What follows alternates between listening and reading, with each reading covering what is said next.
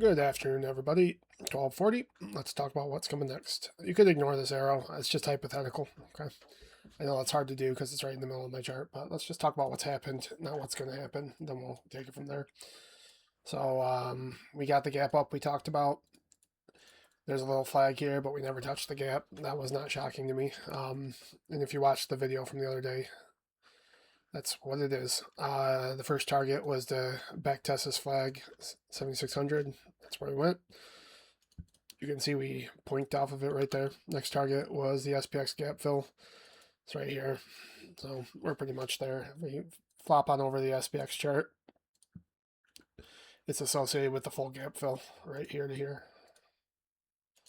which is what we've pretty much done. We missed it by a couple ticks, but no big deal.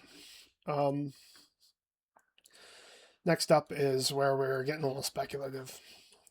It's the breakout, and I'm not sure how this is going to look. So this is one where I was sure that we were going to squeeze back. I published multiple plans where I was talking about the squeeze that was coming.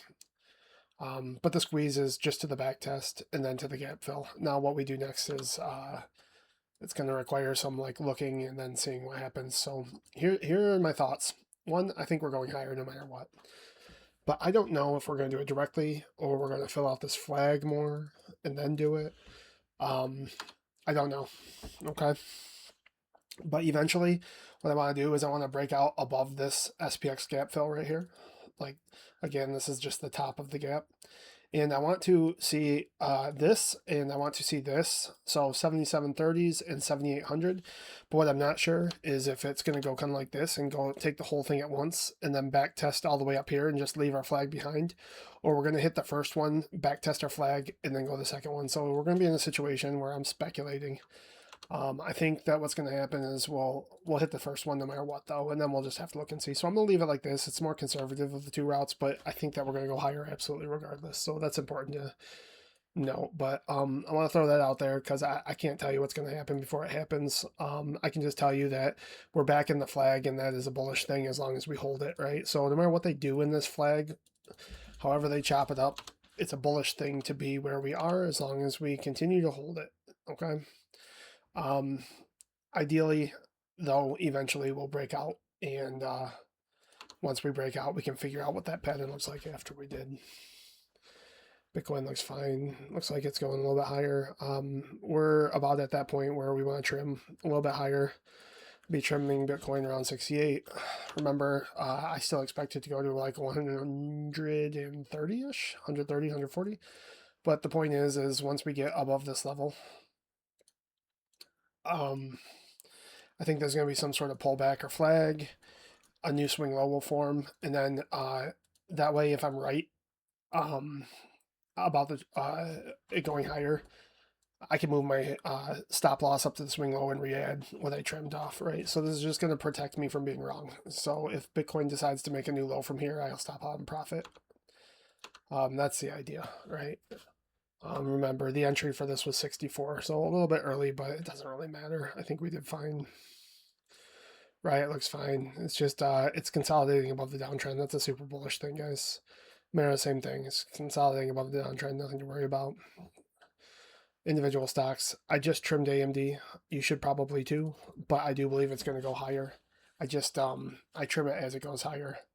With that powder, I'm going to be adding Tamara on the next pullback, and I am going to, which I'll talk about. I haven't done that yet, but I did open a new position on Upstart, which I covered at $33. Coin looks like it's fine. Just gonna track Bitcoin. So if we're right about Bitcoin, we're gonna be right about coin. It's gonna squeeze right all the way back through here, straight up, just like right through this whole range. So Bitcoin hits 130, coin's going to go crazy, and we're going to be a part of that. Upstart looks fine. We're right at the buy-in, 33 bucks. I think we're at a good spot. I'm basically gambling that I'm right about ES breaking out, and thus Upstart will start breaking out too. But that doesn't mean I'm going to nail the exact end of this consolidation. It just means I want to be in this thing with shares. Again, and this is, if you're new here, that's okay, but Upstart, I played this 3 years ago here, and then again about 2 years ago, and now again now, right? I don't like to leave money in for high time frame consolidations. But when they look like they're about to start running again, just like AMD, I add back to it, and that's what I'm doing. Meta's going higher, guys. It's doing exactly what we talked about.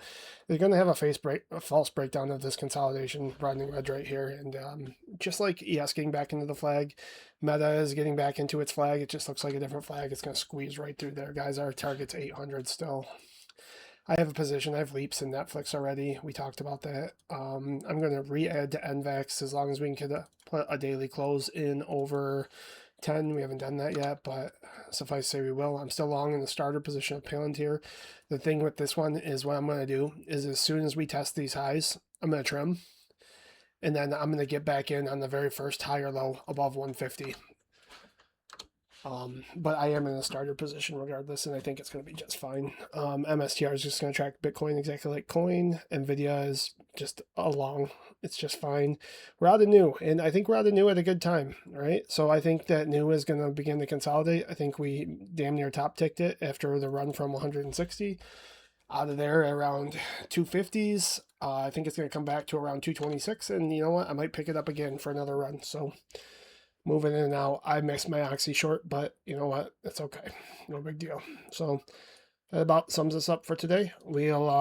I'll leave it at that. I don't know what this is going to look like once we're in here because we can chop up this range and it won't ruin anything, right? Treat this as like 3 separate trades. The first trade was the back test of the breakdown. Second trade is your gap fill. The third trade is your breakout above your gap fill. Okay, and then you would want to go into a runners about above 7,734. That's about it for today, guys.